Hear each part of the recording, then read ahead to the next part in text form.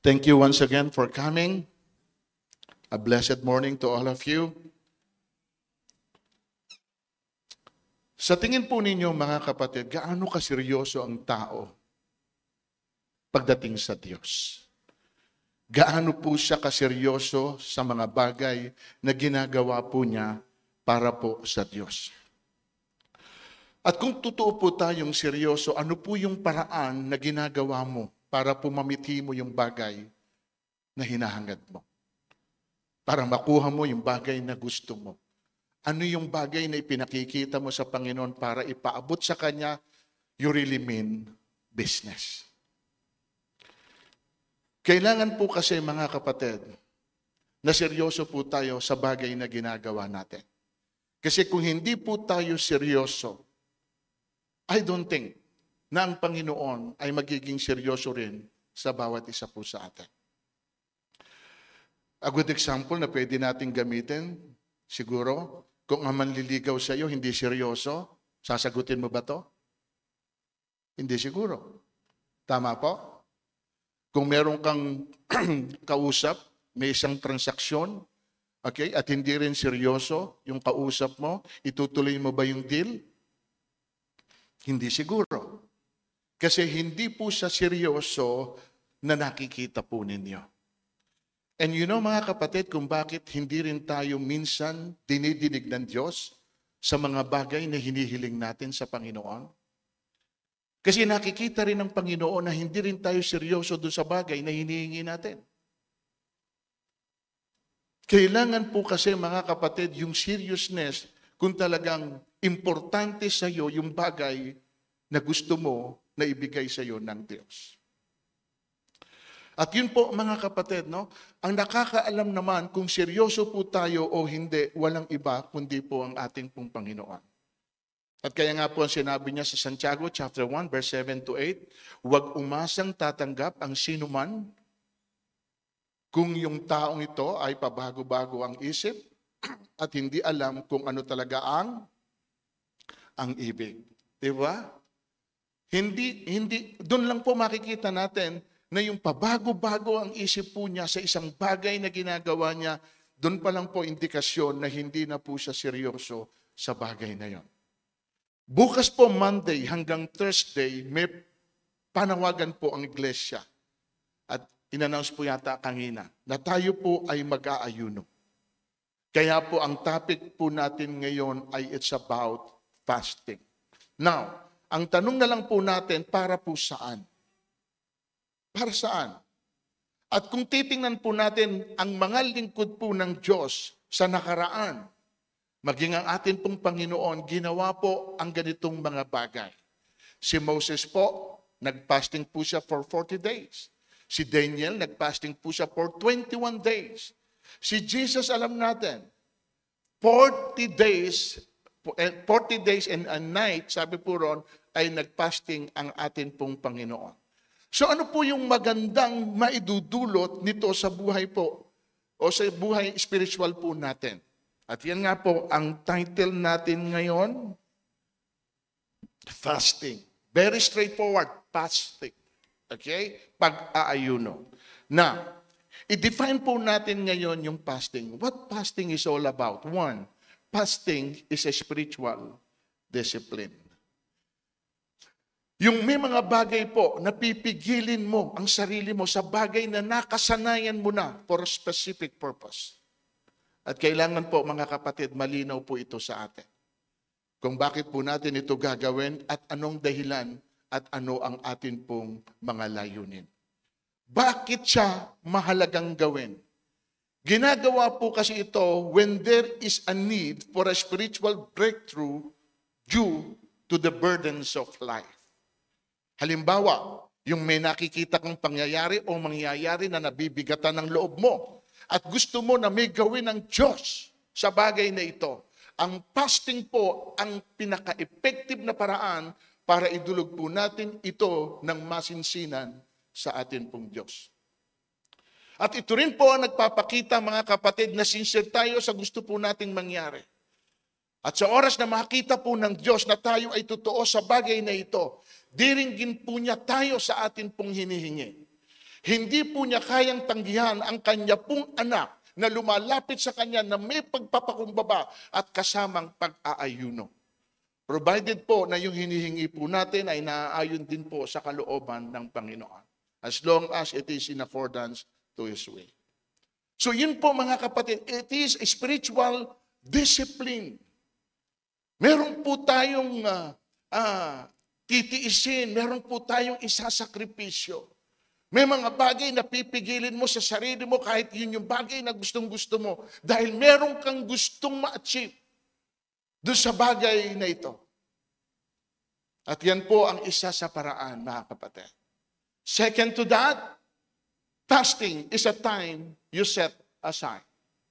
Kailangan po rito, mga kapatid, ay naglalaan tayo talaga ng oras para po dito. Kasi hindi po siya biro. Lalo na when you need God to perform a breakthrough in your life on some spiritual level. At lalong-lalo na mga kapatid, when we are dealing with personal problems. Pero ito po yung totoo. We don't hear much about fasting and the role it plays sa atin pong mga mananampalataya.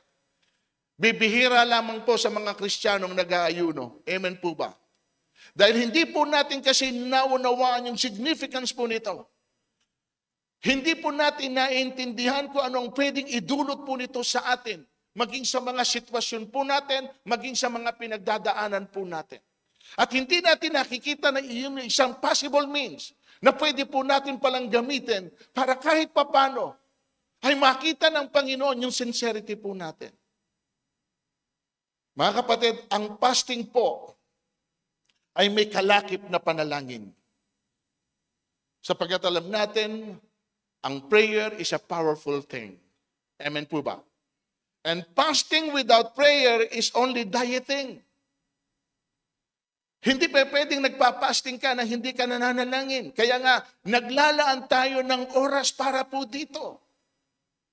Sa Matthew 9:14, sabi po ron, lumapit kay Jesus ang mga alagad ni Juan Bautista at ang wika, malimit kaming mag-ayuno, gayon din ang mga Pariseo. Bakit po hindi nag-aayuno ang inyong mga alagad? Sumagot siya, maaari bang magdalamhati ang mga panauhin sa kasalan habang kasama nila ang lalaking ikakasal? Kapag wala na siya, saka pa lamang sila mag-aayuno. Dito po, tinanong po ng mga alagad ni Juan Bautista ang ating pong Panginoon patungkol po sa mga alagad niya, bakit hindi sila nag-aayuno? They're conferring themselves to them.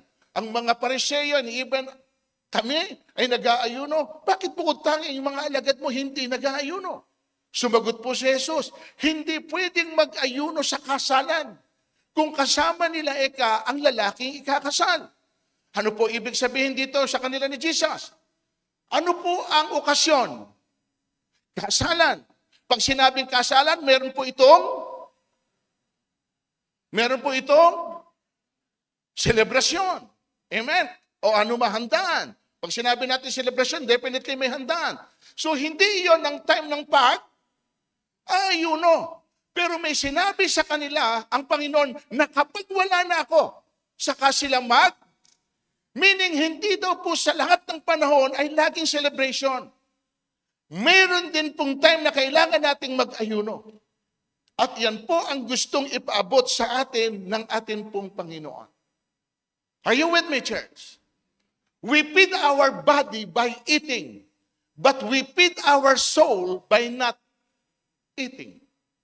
So fasting makes the soul a higher priority than the body. So our value is not the body, our value is in our soul. Amen po ba? Ang tanong na lang dito sa atin, kaya ba nating i-give up ang steak, ang fried chicken, ang sweet and sour to gain spiritual riches? Kaya ba natin, mga kapatid, yung bagay na gusto natin to gratify our flesh? Ako po ay naka-experience, mga kapatid. At gusto ko i-share sa inyo. Last 2 days ago, na-invite po ako sa Shangri-La BGC. May nag-invite po sa akin doon. lunchtime, binigay po sa akin yung menu. Kung ano raw po ang ordering ko. Nung makita ko po ang mga presyo nung pagkain doon, binitawan ko menu. Abay, ang pinakababa po mga kapatid, ang pinakamababa ay 5,000, 12,000, 14,000, 17,000. Nalula po ako. Sabi ko sa akin nung nag-invite, Bishop, huwag mong tingnan yung numero. Mayaman yung asawa ko. Kasi sila magbabayad eh. So, doon na lang po ako uli umorder. At ang sabi ko po doon sa waitress, bigay mo lang sa akin yung pinakamura. Umorder po ako ng rib eye, steak, 5,200. Nung dumating sa plato ko, kakapraso. Ganun palang halaga ron. Ba't napakamahal? Kasi ang binabayaran daw doon ay yung ambience. Yung lugar, hindi yung pagkain. Naalala ko tuloy mga kapatid yung kwento ng mayor po. Namatay na po ito. Hindi nakapag-aral yung mayor. Kumain po sila sa isang fine dining. Nagulat po yung mayor nung magbabayaran. Sabi po nung mayor, bakit ka napakamahal naman ng babayaran? Sabi ho nung kanyang staff, Mayor, kasama po kasi dyan yung pong ambience. Sabi nung mayor, sino ba kasi nyo umorder ng ambience? Ba't ka napakamahal? Nakita nyo kapatid? Pag sinabing ambience, yung lugar. Nasaan ka? Minsan hindi na ho yung pagkain, kundi po yung alin? Yung lugar. Nasaan kang lugar? Yun po minsan ang mahal eh. Tama po ba? So go back doon sa ating pinag-uusapan.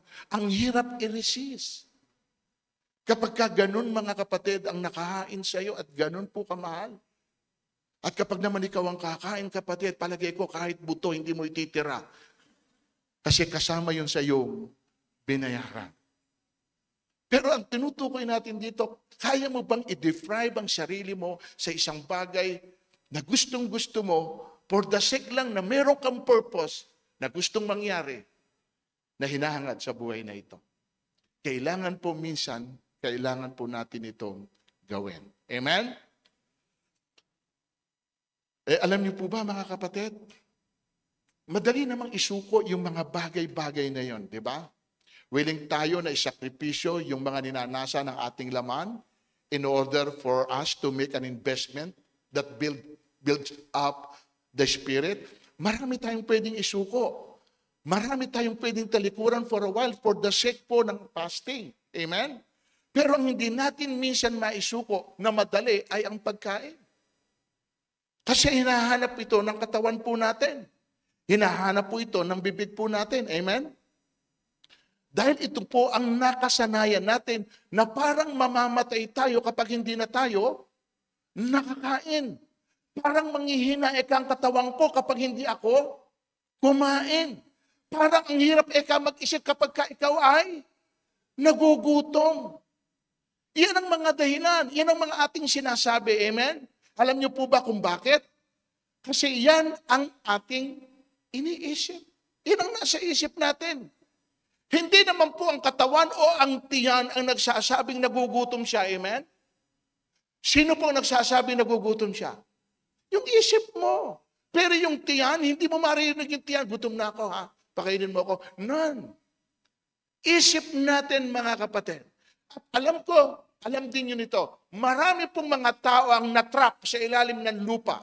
Ilang araw sila ron, pero nabuhay pa rin kahit wala silang kinakain. Bakit? Kasi man does not live by bread alone. Matthew 4:4. Hindi lang daw po tayo namubuhay dahil lamang saan? Sa pagkain.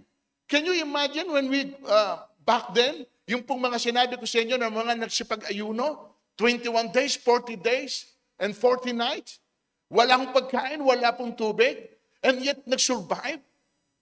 Bakit? Kasi hindi nga lang po iyon, mga kapatid. Ang pwedeng magsabi na kapag wala tayong kinain, hindi tayo kumakain, tayo ay mamamatay.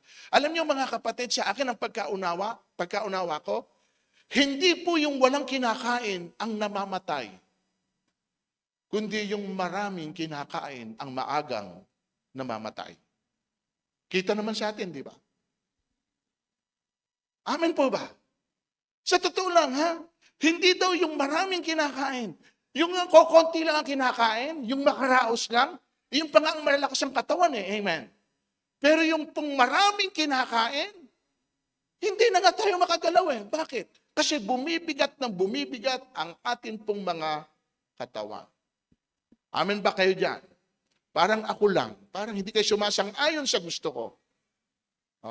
Pero kailangan po talaga rito ang disiplina. At kailangan din po tayong maglaan ng time sa mga bagay na ito kung gusto po natin na kumilos ang Diyos sa buhay po ng bawat isa. At gusto ko lang pong linawin ito mga kapatid. Ang fasting po ay hindi lamang po ito tumutukoy sa pagkain. Amen. Maraming area na pwede tayong mag-fasting. Yun lang pong huwag kayong mag-cellphone na maghapon. Huwag mag-cellphone na maghapon para po magkaroon kayo ng more time with God. Fasting na po yun. Yun lang pong huwag kayong manood ng telenovela na sinusubaybayan po nyo kahit ilang araw para po maglaan ng oras din sa ating Panginoon. Fasting din po yun, mga kapatid. Amen ba ron? Yung huwag po kayong magpunta sa mall ng ilang araw dahil gusto mo naguguli ng araw na yon sa pagbabasa ng Bible, sa pananalangin. Ang tawag din po ron fasting din po yun. Yung mag-share ka ng gospel sa kakilala mo na hindi mo naman normally ginagawa, consider po na fasting po yun. Any form of sacrifice on your part, consider po itong fasting. Kung iyon ang pwede mong gawin na sinasabi mo sa Diyos na sa ganitong paraan mo gustong magsakripisyo. Basta anumang bagay na sinisikil mo, na nasa ng laman mo, at ibinibigay mo yung design na ito para po sa Diyos, i-consider mo kapatid na iyon ay fasting para po sa iyo. Amen? Mapakahalaga na makita po ito na naglalaan talaga tayo ng oras at panahon para po dito. And finally, fasting is a test of how serious you are in your walk with God. Ito po yung sinasabi ko kanina, na ang pag-aayuno ay isang paraan para ipakita po natin sa Diyos, we really mean business. Hindi po natin ito inaaring biro ang lahat po ng ginagawa natin para sa Diyos. Seryoso po tayo sa sarili natin, sa task na ibinibigay sa atin. Seryoso po tayo sa paglilingkod natin, seryoso po tayo sa ginagawa po natin. Dahil hindi naman po nagbibiro ang Diyos. Ang pwede lang pong sumagot kung tayo seryoso o hindi, sino? Tayo lang sa sarili natin at ang Panginoon. Pero gaya po ng sinabi ko kanina, anong inaasahan po natin mula sa Diyos kung hindi naman pala tayo seryoso sa bagay na ito? Pwede po kasing narito tayo dahil gusto lang natin na narito tayo. Dahil ito po ang nakasanayan natin tuwing linggo. Pwede rin naririto tayo dahil gusto nating ipakita sa Panginoon na ginagawa natin yung obligasyon natin bilang tao. Pwede rin na naririto tayo dahil gusto rin nating ipakita sa iba na meron tayong Diyos. So anuman po ang dahilan natin, higit tayo at ang Diyos ang nakakaalam nito. Kung seryoso nga tayo o hindi sa lahat ng ginagawa natin. At yan naman po ay makikita sa buhay po natin how consistent we are sa lahat po ng ito. Bigyan ko po kayo ng dahilan kung bakit kailangan nating mag-ayuno. Anong layunin nito at kailan ito dapat gawin. Ito na po yun. 1, kung merong may sakit at humihingi tayo ng kagalingan. Kapag sila'y may sakit, ang ginagawa ko, nagdaramit luksa at nag-aayuno. At nananalangin na yuko ang ulo para bang ang aking idinadalangin ay isang kapatid na mahal sa akin. Nakita niyo po yung urgent? Hindi po ito tinutukoy lang na ang may sakit ay mahal mo sa buhay. Dito po, ang sinabi niya, hindi nga niya, sabi niya, para bang ang aking idinadalangin ay isang kapatid na mahal sa akin. Parang. So, ibig sabihin, hindi po niya kaano-ano yung ipinagpe-pray niya. Pero dahil may burden siya, nakita niya na mayroong pinagdadaanan yung taong ito nakakilala niya. Siya na mismo ang nagsakripisyo in behalf nung pong taong ito. Na baka sakali sa pamamagitan po niya, sa paraan na ginagawa niya at alam niya, ay dinggin siya ng Diyos. Mga kapatid, obligasyon po natin. Meron po tayong dapat pong gampanan. Lalo na't kung yung alam mo na somebody close to you, hindi po malayo, relate, may relasyon po sa inyo. Lalo na kung ito ay magulang mo, kapatid mo, anak mo, at alam mo na may pinagdadaanan. At ang tanging paraan lang para po kahabagan tayo at kawaan ng Diyos ay yung mailapit po natin sila sa Panginoon. O ano gagawin mo? Eto mga kapatid, nagdamit siya ng luksa at nag-ayuno at nanalangin na yuko ang kanyang ulo. Hindi mo kailangan sabihin sa kanya. Hindi mo kailangan sabihin doon sa may sakit, alam mo, pinag-aayuno kita. Alam mo, idinadalangin kita. You don't have to. Pero kung meron kang concern, may burden ka sa puso, at alam mo na ikaw lang ang pwedeng dinggin ng Diyos at hindi yung taong may sakit, in their behalf, tumayo ka. Sapagkat pwede kang pakinggan ng Diyos. Amen po ba mga kapatid? That is the purpose kung bakit po tayo dapat mag-ayuno. Hindi ko alam kung anong sitwasyon nyo.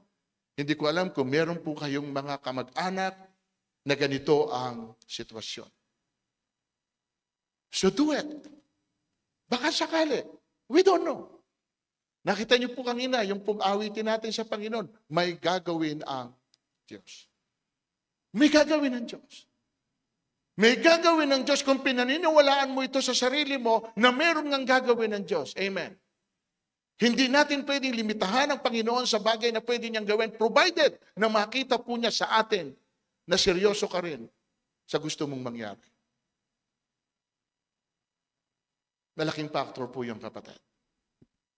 And then, kapag may banta o panganib sa iyong buhay, tipunin mo ang lahat ng mudyo rito sa Susan at ipag-ayuno ninyo ako. Huwag kayong kakain o iinom sa loob ng 3 araw. Mag-aayuno rin kami ng aking mga katulong na babae. Pagkatapos lalapit ako sa hari, kahit ito'y labag sa batas, mamatay na kung mamamatay.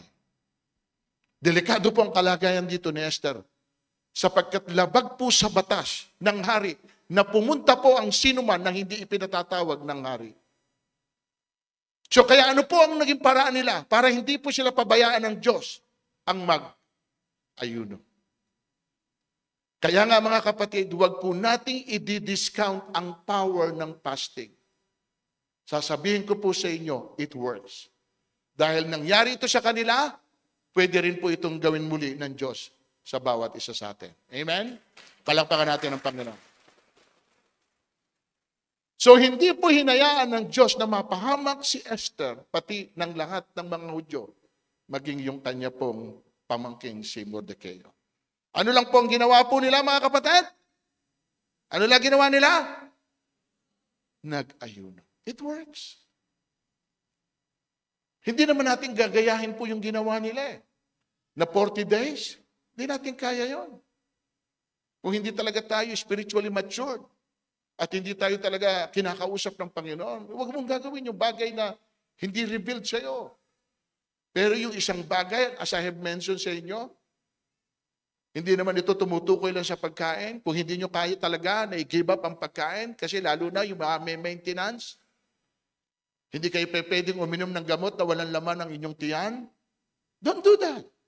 Pero merong paraan na pwede mong ipakita sa Panginoon na ikaw ay nakikipag-isa sa panawagan ng iglesia, na ikaw ay makapag-ayuno sa paraan na alam mo kung paano.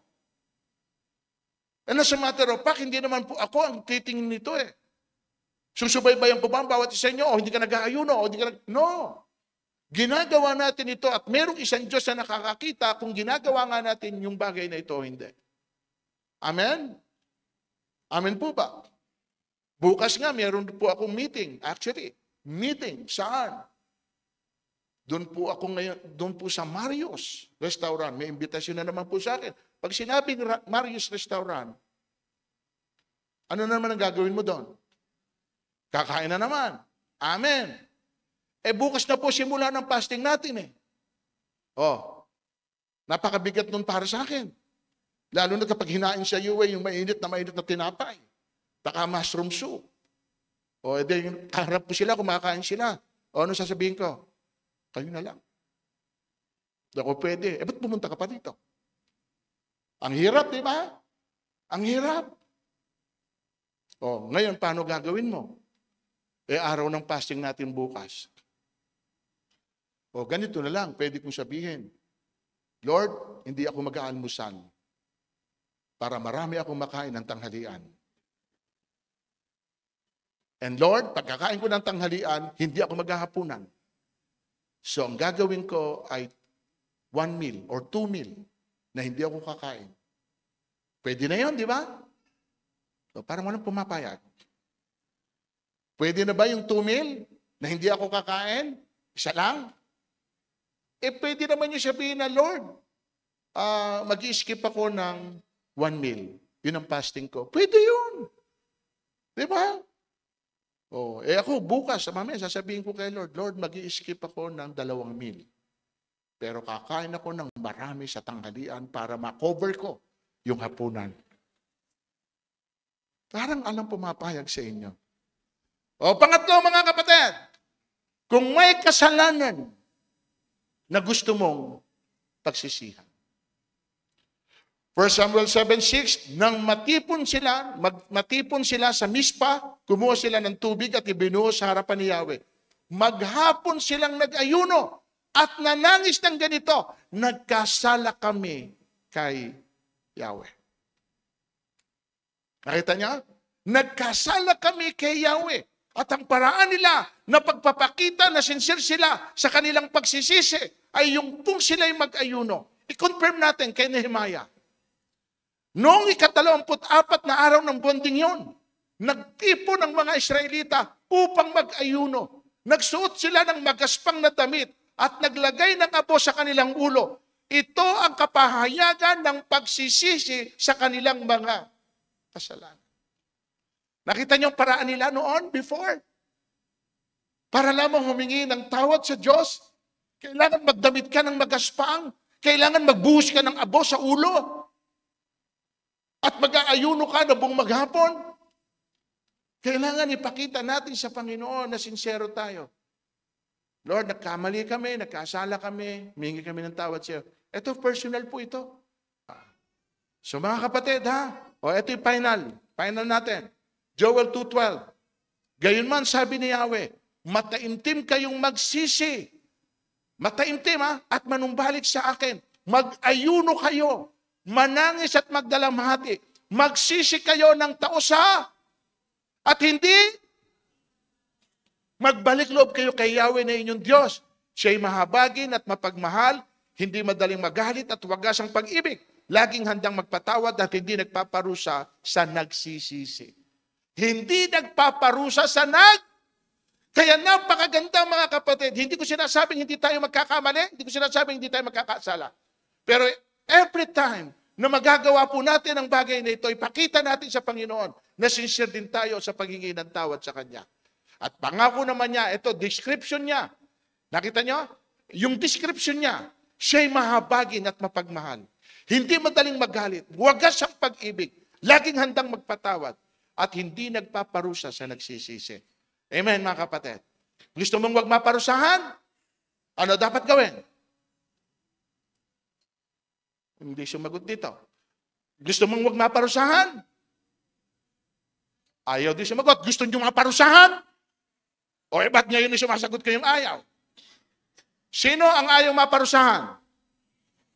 Ano dapat gawin? Pagsisi. Meron bang dapat pagsisihan? Talagang nakakasala pa rin talaga. Amen? Hanggang narito tayo sa katawang ito, may tendency na makagawa tayo ng pagkukulang at pagkakamali sa Diyos.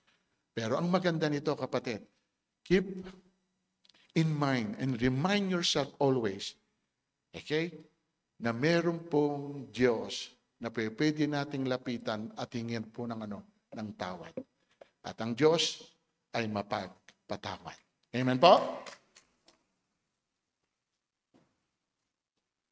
And here is my conclusion. Hindi po natin mapapatunayan sa sarili natin kung totoo nga ang kapangyarihan ng fasting sa buhay natin, maging sa side ng Panginoon kung hindi po natin ito gagawin. Minsan lang, mga kapatid, subukan po natin. At tingnan po natin kung ano ang magandang dulot nito, una, sa spiritual life natin. Pangalawa, doon sa magiging tugon ng Diyos sa hinihingi natin. At pangatlo, kung ano man po ang ating idinadalangin, mga kapatid, pangatlo, maging doon sa kalusugan po natin. Mga dapat nating idalangin sa Diyos na may kasamang pag-aayuno. Mga kapatid, papakita ko na sa inyo para at least may idea kayo. Pamilya natin, mga kamag-anak natin, kaibigan na hindi pa nakakakilala sa Diyos. Sama nyo yan. Mga kapatiran natin na nagdurusa dahil sa pagsunod nila sa Diyos. Ang iba sa kanila nakakulong at ang iba sa kanila ay pinagmamalupitan. Yung pong mga nagdurusa ngayong mga Kristiyano. Yung mga may sakit at karamdaman, lalo na ito ay mahal natin sa buhay at mga kapatiran. Sama niyo po yan sa prayer at pag-aayuno. Yung atin pong bansa, lalo na po yung sitwasyon po natin ngayon sa Philippine West, sa West Philippine Sea. Okay? At yung mga nangangailangan na walang inaasahan kundi ang Diyos. Higit sa lahat, yung atin pong church na maging matatag ang ating mga kapatiran na kahit ano doon pong hamon ng buhay, manatili po sila sa presensya ng Diyos. At huwag po silang manghihina ni susuko dahil malapit na pong dumating ang atin pong Panginoon. Hindi po tayo mapalayo, bagkos tayo po'y mapalapit sa Kanya. So yun po yung pong contain, yung pong atin pong mga ipagpe-pray, yung ating pag-aayuno. At kung meron man kayong special na nasa puso po ninyo, na yun ang gusto niyo pong ipag-ayuno at ipanalangin, then do it. At tingnan po ninyo kung ano po ang pwedeng maging result nito sa buhay po nila at maging sa buhay po natin. Amen po? Palakpakan natin ang Panginoon.